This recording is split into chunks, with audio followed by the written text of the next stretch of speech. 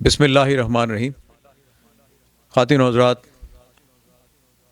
P H H کی طرف سے میں آپ تمام لوگوں کا بہت مشکور ہوں کہ اس پروگرام میں آپ تمام لوگ شریک ہوئے ہیں۔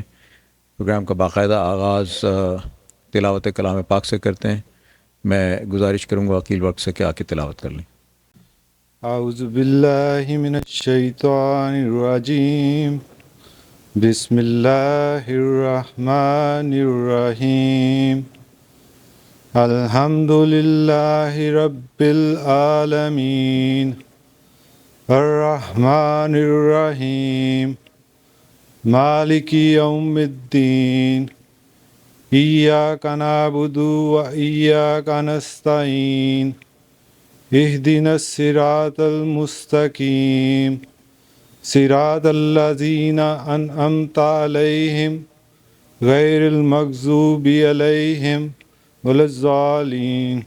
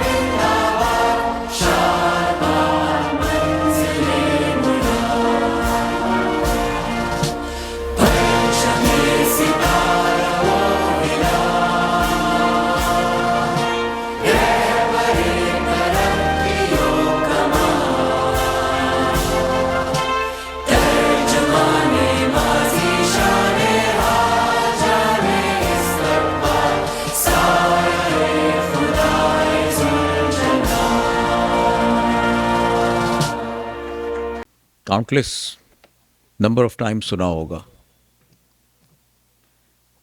But every time when you listen to Pakistan national anthem, جو کیفیت ہوتی ہے دل کی،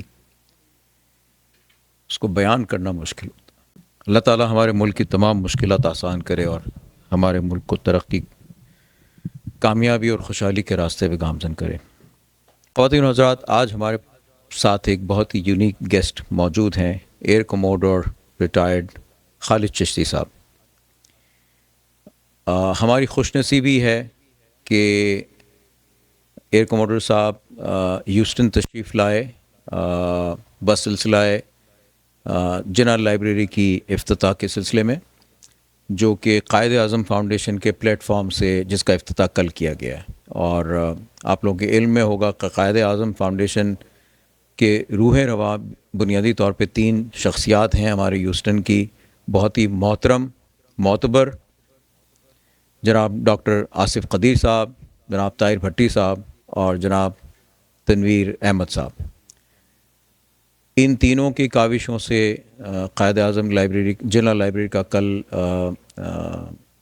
over a period of 2 years یہ لائبریری جو ہے وہ اس کو اسٹیبلش کرنے میں، اس کی زیبائش میں لگے، اور کل اس کا افتتاح ہوا، اور اس سلسلے میں ایئر کوموڈور صاحب جو ہے وہ پاکستان سے تشریف لائے ہیں، اور ایئر کوموڈور صاحب جو ہے وہ اب جنرل لائبریری کے اور قائد اعظم فاؤنڈیشن کے پیٹرن ان چیف بھی ہیں۔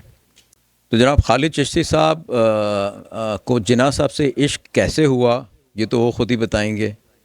جناح صاحب شخصیت ایسی ہیں کہ میرا خیال ہے شاید ہی کوئی پاکستانی ہو جو ان سے عشق اور محبت نہ کرتا ہو، لیکن چشتی صاحب کا عشق جو ہے وہ ہم تمام لوگوں سے کافی بڑا عشق ہے، کافی گہرا عشق ہے، کیونکہ انہوں نے باقاعدہ جناح صاحب کے اوپر، قائد اعظم کے اوپر اپنا وقت صرف کیا ہے، بہت ریسرچ کی ہے، بہت مواد جمع کیا ہے، اور بہتیرے انہوں نے لیکچرز دیے ہیں، اور اپنی جو انہوں نے نایاب معلومات قائد اعظم کے بارے میں اکٹھی کی ہیں اور قائد اعظم کی شخصیت کو جس طرح سے سنا ہے وہ دوسروں تک پہنچایا ہے، کہ آپ نے جناح صاحب کے حوالے سے اپنا ٹائم، اپنے ریسورسز اس پہ صرف کیے، اور قوم کو جناح صاحب کی ایسی باتوں سے آگاہ کیا جو پہلے بہت ساروں کے علم میں نہیں تھیں۔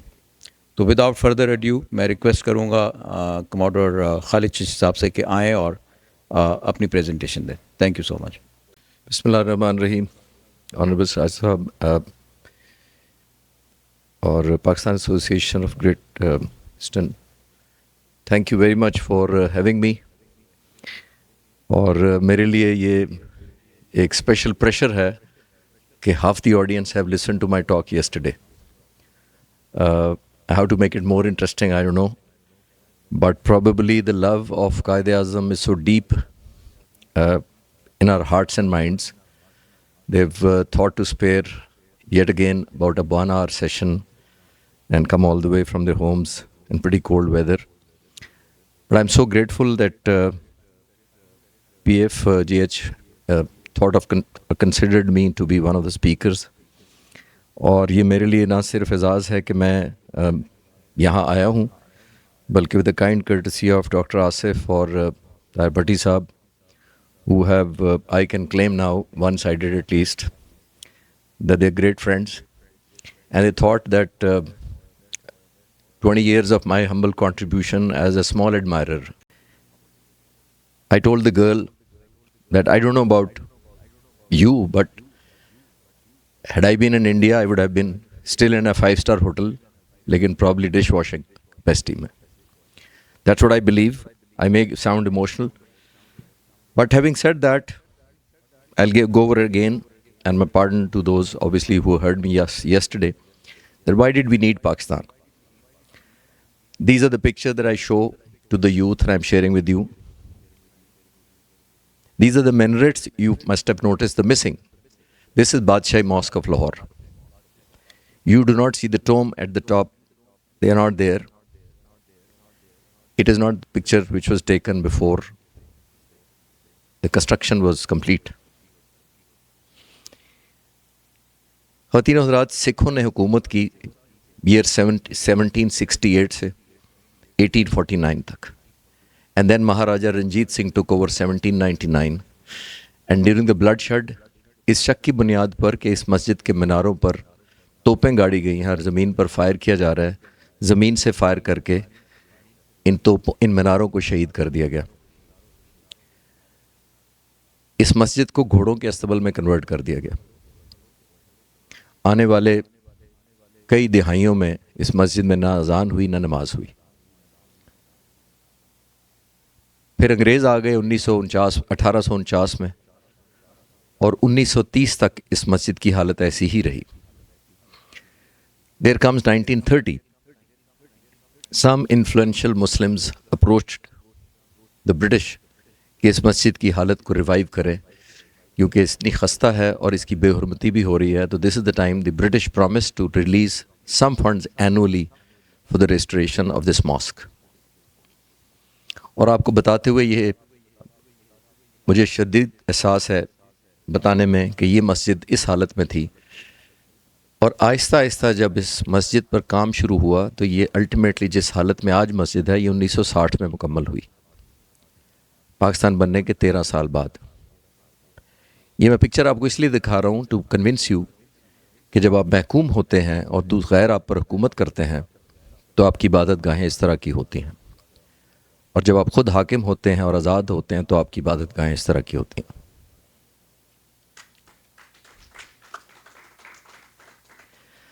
اگر میں ابھی بھی کنونس نہیں کر پایا کہ آزادی کتنی نعمت ہے، تو یہ اسکرین پر تصویر دیکھیں اور اس سرکل کے اندر پڑھیں کہ اس کے اوپر لکھا ہوا ہے کرسی نشین، جس کا مطلب ہے کہ انگریزوں کے زمانے میں مسلمانوں کو اور دوسرے غیر انگریزوں کو یہ سرٹیفکیٹ اس صورت میں ایشو کیا جاتا تھا، اور اس کا مطلب یہ ہے کہ اگر آپ کے پاس یہ سرٹیفکیٹ ہے تو جب آپ سرکاری دفتر وزٹ کریں گے تو آپ کو کرسی آفر کی جا سکتی ہے.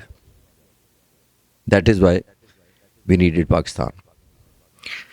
اور دوسرا، آزادی کی بہت بڑی قیمت ہے جو ہمارے آباء و اجداد نے دی اور دنیا میں لوگ آج بھی دے رہے ہیں.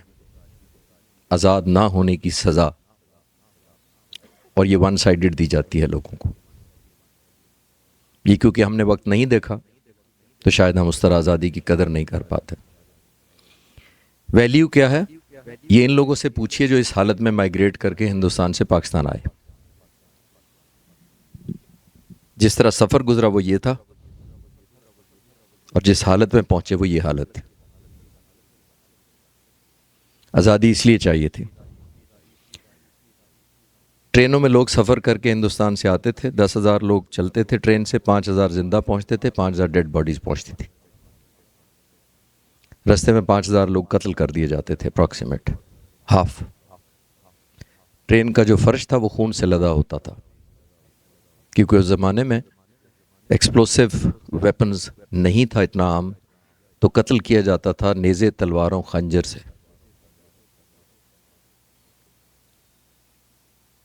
لیکن پرائیڈ پھر بھی ہے اس قوم میں، یہ میں آپ کو شور کرانا چاہتا ہوں. شاید اس طرح کا قدر نہ ہو آزادی کا، کیونکہ ہم محکومیت شاید ذائقہ نہیں سمجھتے. پرائیڈ یہ ہے کہ یہ بچہ کوڑا اٹھاتا ہے لیکن پھر بھی پاکستان کا جھنڈا لہرا کر پاکستان مایوس نہیں ہے. اور یہ میاں والی کا ایک موچی ہے جس نے بینر لکھ کر لگایا کہ 14 اگست کی خوشی میں جوتے مفت مرمت کرائیں. یہ اپنے طریقے سے اپنا قرض کم کر رہا ہے. نئی نسل کے بچوں سے جب میں پوچھتا ہوں کہ پاکستان کے آپ کیا کر سکتے ہیں، تو بچے یا انڈیویجول سب لوگ اپنی اپنی جسٹیفیکیشن دیتے ہیں اور کہتے ہیں کہ ہم ہیلپ لیس ہیں.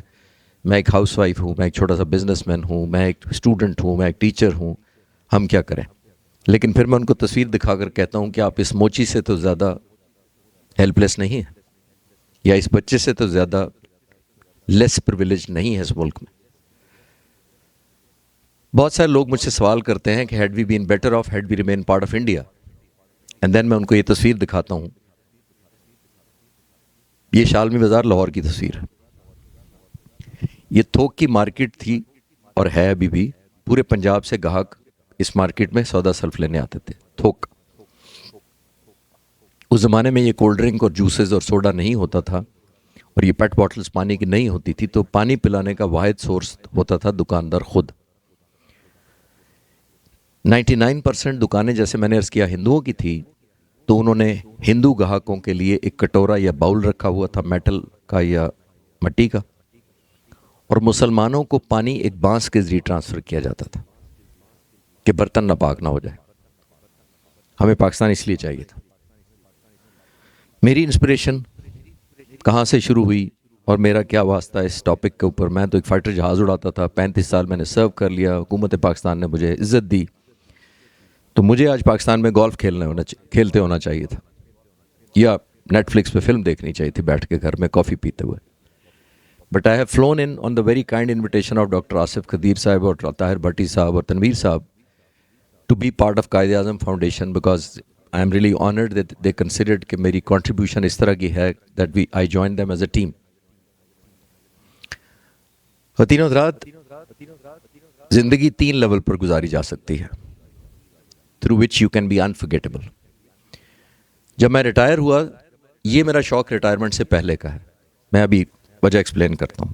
خاص طور پہ جب میں ریٹائر ہوا تو میں نے یہ سوچا کہ آیا واٹ ایور جو میں نے کنٹریبیوشن پاکستان کے لیے کی ہے، میں نے اسی کی وراثت پر زندہ رہنا ہے، تو پھر میں باقی جتنے کھانے کھاؤں گا، جو سہولتیں لوں گا اس پاکستان سے، وہ ایک بوجھ ہوگا، اور میں ارن نہیں کر رہا ان کے لیے. میں کھانا چاہتا ہوں یا فیسلٹیز لینا چاہتا ہوں اس ملک سے، کیونکہ میرا پاسٹ بڑا پازیٹیو ہے اس ملک کے لیے. تو I thought I must learn my respect, my earning, my resources and my Stitcher every day. زندگی آپ 3 لیول پر گزار سکتے ہیں: task level, goal level and purpose level. Task level آپ روزانہ کرتے ہیں, اتنے کام تھے, یہ کرنے ہیں, اتنے ختم نہیں ہوئے, باقی کل کریں گے. گول لیول ہوتا ہے اب زندگی میں, اس سال میں گول سیٹ کرتے ہیں اور وہ اچیو کر لیتے ہیں. جتنے بڑے لوگ دنیا یاد رکھتی ہے, چاہے وہ گاندھی ہو, چاہے قائد اعظم ہو, چاہے نیلسن منڈیلا ہو, انہوں نے زندگی گزاری ہے پرپز لیول پہ. میں ان سے انسپائرڈ تھا اور ابھی بھی ہوں, اور قائد اعظم سے بہت زیادہ انسپائرڈ ہوں. سو آئی تھاٹ ایک شخص ایک ہی وجہ سے ممتاز ہے, وہ ہے کہ اس نے اپنی زندگی پرپز لیول پر گزاری, نہ کہ گول اور ٹاسک لیول پہ. تو آئی تھاٹ اگر میں اس لیول پہ نہیں پہنچ سکتا, ایک تو میں قرض اتاروں اپنا, اور دوسرا ان کو فالو کرتے ہوئے اپنی زندگی میں ایک پرپز رکھوں till the time I have the energy and I have the strength. And this is what brings me to Houston all the way. اس شخص سے میری انسپریشن اس طرح شروع ہوئی جو اس سلائیڈ پہ آپ کو کلیئر ہوئے گی.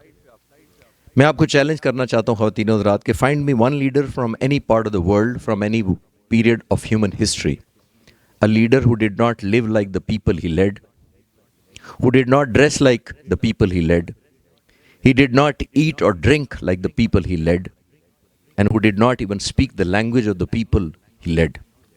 And yet, the people followed him with utmost trust and devotion seldom accorded to any leader.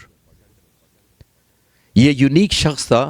آپ دنیا کا کوئی لیڈر اٹھا لیں, اس ملک کا کوئی اٹھا لیں, چرچل اٹھا لیں, نیلسن منڈیلا اٹھا لیں, ماؤ زے تونگ اٹھا لیں, گاندھی اٹھا لیں, کوئی لیڈر اٹھا لیں, اس شخص نے پہلے ان لوگوں سے, اپنے فالوور سے اپنی زبان میں بات کی, ان کو کنونس کیا, تو لوگوں نے اس کے ڈریمز اور ایمبیشنز اور ایڈمریشن کو فالو کیا. بٹ یہ عجیب قسم کا شخص تھا, نہ وہ کھاتا تھا ان جیسا, لوگوں جیسا, نہ ان کو پہنتا تھا, نہ بولتا تھا, اور سب سے بڑی بات یہ ہے کہ زبان ڈفرینٹ ہونے کے باوجود لوگ کہتے تھے کہ جو کہہ رہا ہے ٹھیک کہتا ہے. This is where I started off. Raj صاحب نے کہا کہ میں خود بات ایکسپلین کروں گا کہ میرا کہاں سے شوق شروع ہوا. میرا یہاں سے شروع ہوا. ایئر 2003 اور 4 میں نے وار کورس کیا تھا استنبول میں. ٹرکش لینگویج سیکھ کے مجھے وہاں 1 سال تقریباً ٹھہرنا پڑا. میں نے کورس کیا, لینگویج بھی آتی تھی, تو وہاں میرے لیے بڑی حیرانگی ہوئی کہ جب یہ کیپٹل ہے Ankara, the biggest road that you see in the middle of the town, I am pleased to share with you, if you don't know already, is named after Jinnah. Turkish دوستوں نے اس سڑک کو جناح کا نام دیا ہے. یہ تصویر میں نے خود کھینچی ہے جس کے اوپر لکھا ہوا ہے this road is dedicated to the founder of Pakistan. یہ راؤنڈ اباؤٹ ہے جس کے اوپر ایک مانومنٹ پہ لکھا ہوا ہے کہ this road is dedicated for. So یہاں کھڑے ہو کے مجھے احساس ہوا, اور میری promotion to the rank of air commodore بھی اسی کورس کے دوران ہوئی. تو مجھے اور ندامت ہوئی, اور آپ سب ایگری کریں گے جو موسٹلی آپ ترکی گئے ہوں گے, کہ وہاں کمال اتا ترک ہر جگہ پایا جاتا ہے. کوئی ہوٹل ہو, کوئی بزنس سینٹر ہو, کوئی کلب ہو, مکمل نہیں ہو سکتا اگر اتا ترک کی تصویر نہ ہو. تو مجھے لگا بچپن میں کہ میں نے تو بچپن سے سنا تھا کہ قائد اعظم سب سے ہینڈسم اس زمانے کے اسٹائلش آدمی تھے. تو پھر ہم نے انفارچونیٹلی ایسی شیروانی بنائی. انفارچونیٹلی میں اس لیے کہہ رہا ہوں کہ اسٹیمپ کر دیا کہ اس کے علاوہ قائد اعظم نہیں ہو سکتا, حالانکہ وہ سب سے اسٹائلش آدمی تھا, اس کا ویل ڈریسڈ آدمی تھے. تو پھر میں نے سوچا کہ میں قائد اعظم کا قرض تصویریں اکٹھی کر کے اتارتا ہوں. 2004 میں واپس آیا, آلموسٹ 21 سال پہلے. تو آئی ٹک اپ اے چیلنج, اور میں نے ایئر فورس کو ایک اپلیکیشن دی, ایئر فورس چیف کو, کہ مجھے پرائیویٹ ٹائم پہ اجازت دیتے ہیں کہ میں قائد اعظم پہ کام کر سکوں. تو میں نے اگلے آنے والے 7 سالوں میں تقریباً قائد اعظم کی اس سائز کی تقریباً اس وقت 400 شروع کی, پھر آج میرے پاس کوئی 650 اس سائز کی قائد اعظم کی تصویریں ہیں. جب وہ اکٹھی ہو گئی تو میں نے سوچا کہ بڑی پھٹی پرانی ہے, کسی کو دیمک لگا ہوا ہے, کسی پہ بارش کا پانی ہے. تو what do I do with these pictures? They are poor quality. I wanted to pass these pictures to the new generation, کہ وہ بلیک اینڈ وائٹ کی بجائے قائد اعظم کو انوی کریں, جو تصویریں آج کل کی قوم دیکھنا چاہے گی. So this is how it started. پھر میں نے کچھ 7 سال تک تقریباً مختلف چیزیں اکٹھی کیں, ان کی تصویریں اکٹھی کیں. پھر میں نے سوچا کہ قائد اعظم کو کنٹروورشل بنا دیا کہ شیعہ تھا کہ سنی تھا. اگر شیعہ تھا تو ہاتھ باندھ کے پڑھتا تھا نماز, کے ہاتھ چھوڑ کے پڑھتا تھا. تو میں نے سوچا کہ یہ اس سے بڑے لیول کا بندہ ہے کہ ہم اس کنٹروورسی میں گھیریں. تو میں نے انٹرنیشنل لیڈرز کے ٹریبیوٹ اکٹھے کرنے شروع کیے قائد اعظم کے بارے میں, نان پاکستانیز. میرے پاس اس وقت کوئی 250 کے قریب ٹریبیوٹس ہیں جو انشاءاللہ تعالی ہم کسی شکل میں کنورٹ کریں گے, ویلیو ایڈ کریں گے سون تھرو قائد اعظم فاؤنڈیشن. پھر ان کو ٹرانسفارم کیا میں نے. فوٹو شاپ اور کورل ڈرا 2 سافٹ ویئر ہوتے ہیں جو بچے گرافک جانتے ہیں. میں نے ایک ٹیچر رکھ کے وہ